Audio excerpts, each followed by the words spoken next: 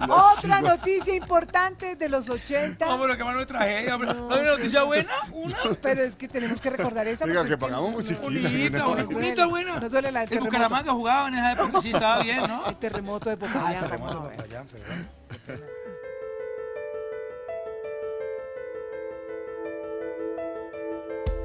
En plena Semana Santa de 1983, cuando Popayán se aprestaba a inaugurar un festival de música religiosa, un terremoto de 7 grados en la escala de Richter sacudió a la capital del Cauca. Ese 31 de marzo, Jueves Santo, murieron 300 personas y otras 10.000 quedaron sin casa. Todo el centro histórico de la ciudad fue arrasado. La duración del sismo fue de 18 segundos. Amplias zonas del sector histórico construido en adobe y tapia se vieron afectadas. Los edificios públicos y gran parte de las iglesias construidas en la época de la colonia fueron averiados. La cúpula de la catedral se desplomó. Las bóvedas del cementerio católico se abrieron y cientos de cadáveres y restos de huesos quedaron expuestos. La ciudad fue reconstruida en 5 años.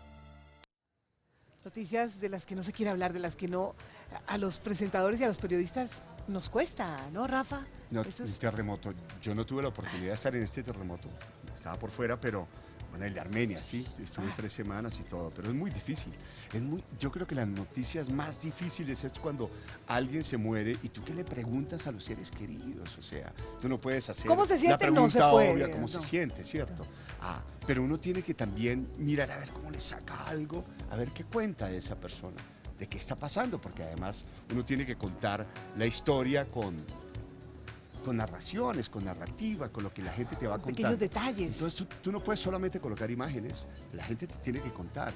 Y mucho tiene que ver con lo que sienten, porque la comunicación es emocional, la Y es un comunicación no es momento racional. Tal vez difícil para un periodista, para un comunicador, Rafael, dar este tipo de noticias, porque vemos que los presentadores de noticias a veces se afectan, a veces, inclusive hay unos que han dicho cosas fuertes como César Augusto Londoño y su famosa frase de país de eso vale, no vale, el periodista debe involucrarse hasta qué punto. Yo no sé. Hay esa delgada línea. Yo no sé, pero es que tú tampoco puedes dejar afuera tus sentimientos. Ahora, lo que no puedes hacer es editorializar, ¿cierto?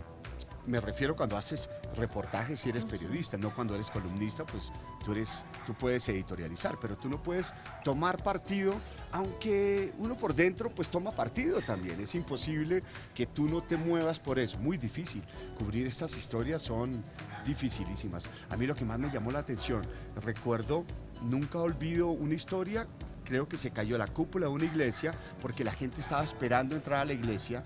Mató como a 90 personas y uno decía, wow, esto es increíble. Y en un ¿Qué Jueves lugar, en qué Santo, momento? en este lugar tan espectacular. Bien, los 80 nos trajeron también muertes inesperadas como y por el VIH, por el virus del VIH, y tenemos que recordar a Freddie Mercury, creo que fue el primer gran personaje que nosotros veíamos en un escenario que de pronto muere de SIDA. Entonces descubrimos también ese otro mundo que nos ataca, ese flagelo que llega también a todos. Aquí está, vamos a ver la nota del VIH que también llega en los 80.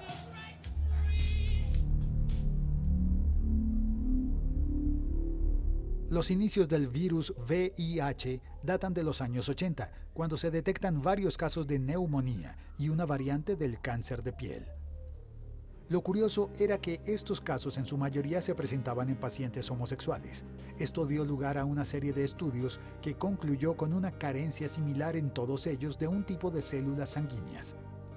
Posteriormente, la enfermedad empieza a conocerse como la peste rosa. Más adelante, el virus es bautizado como síndrome de inmunodeficiencia adquirido, SIDA. Y en 1984, la enfermedad es presentada ante el mundo como una epidemia de enormes proporciones. La segunda mitad de la década transcurrió con el aislamiento social hacia los infectados, incluso por parte de sus familiares y amigos. Actualmente, los tratamientos contribuyen a que se pueda convivir de forma normal con la enfermedad. Sin embargo, en su mayoría, estos tratamientos se encuentran en países desarrollados. Nos llegó un nuevo mensaje, ahí Ojo, empieza a una cambiar alerta. todo también. No, y todo el mundo entonces decían que se iba a acabar el mundo, obviamente, por todo esto. A mí me llamaba mucho la atención porque, por lo menos en Estados Unidos, la persona que tuviera SIDA en esa época, entonces la aislaban, hasta los mismos familiares.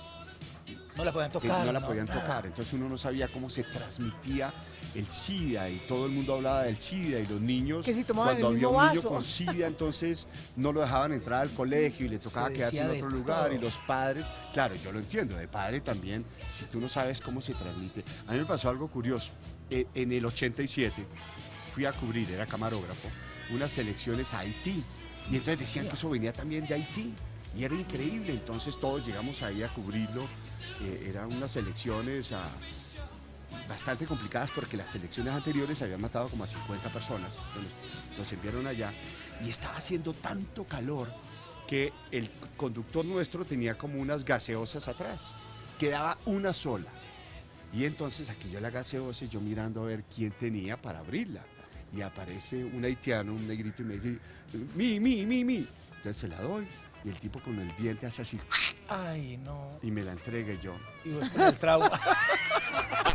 No, papá. Eso no es lo mío. Esta no es para mí. No, you. Pero Yo, Sí. me fine. hoy en día ya se habla de una vacuna, hoy en día ya se habla de métodos preventivos, hoy en día se han roto muchos mitos, inclusive el basquetbolista Magic Johnson, que fue diagnosticado con SIDA hace ya más de 20 y pico de años, es un sobreviviente Sí, y, en y ha el, ha vivido hasta en el sol de hoy. 91. Exactamente. En el 91. Está bien, está gordito, está bien. Hablamos, menos mal. Rafael, de Freddie Mercury murió. Freddie. Liberace, ¿te acuerdas? Había un pianista espectacular También. que tenía unas joyas por todo lado. Arthur Ashe, que era un Tenista famoso, negro. Negro. Héctor Lavoe, ¿no? También. tenía de todo un poco. Increíble, Héctor Lavoe. ¿no? Increíble. El fanatismo religioso hoy está como en boga, ¿no? Se hablan de discriminación, de fanatismo, de juicio, de señalamiento, pero esto tiene una historia también que en los 80s tocó su punto máximo, Mónica. Sí. Juan Pablo II fue noticia también en los 80, visitó el país y tuvo atentado.